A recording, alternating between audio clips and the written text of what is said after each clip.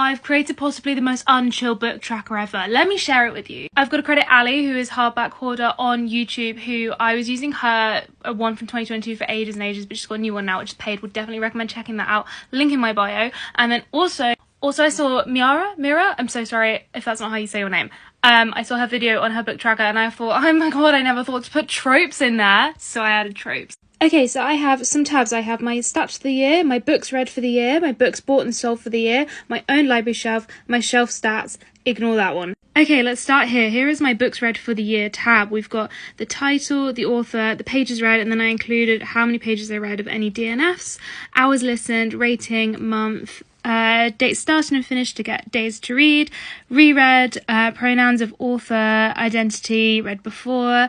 Then I've got the imprint, publisher, type, format, and how I got it. Then I got the release year, whether it's intended for YA, adult, etc., whether it's in a series or standalone, what series, what number, the main genre, and then I've also included some subgenres. So these two are like the main classic genres. These are my own moody genres. So I'm gonna put like high fantasy, low fantasy, and then I put like sometimes queer, sometimes gothic, blah blah blah blah, romance tropes, and then any other tropes, any LGBTQIA plus representation, any disability representation, what kind of myths, so like fae, magic, mermaids, witches, etc.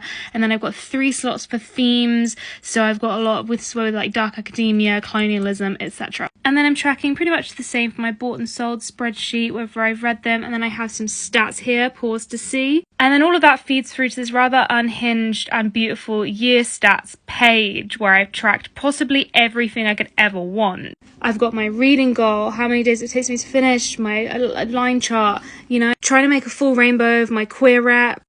And then I've pretty much got the same setup as my books read for my own shelf tab, except a few things less because that's a lot of work and I don't want to do it. And I also haven't read all of these, so it's hard to track like themes and like things like that when I don't know what's in the book. But then that all feeds through to a shelf stats page, which obviously is quite rough because I don't know everything from the book, but we've got the author stats, we've got the genres, all of the same thing here.